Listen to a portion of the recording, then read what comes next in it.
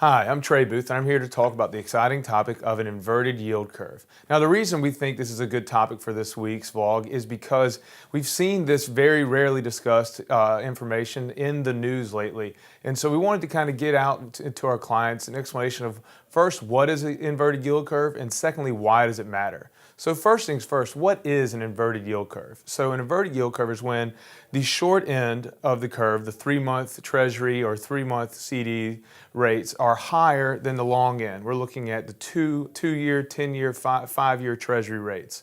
And so that's what being inverted means. A normal curve is the longer you lend someone money, the more interest they have to pay you.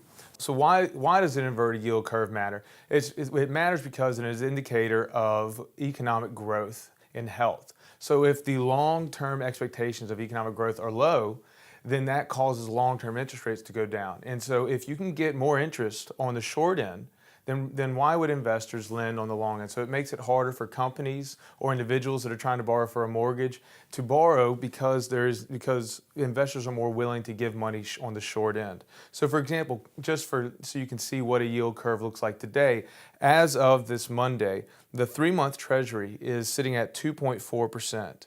The 2-year Treasury is at 2.72%. Then the 5-year Treasury is sitting at 2.7. Now that's not very inverted, but you see the 2-year is higher than the 5-year, and then the 10-year just barely higher at 2.85. So again, while the long end isn't quite inverted yet, we're getting very, very close.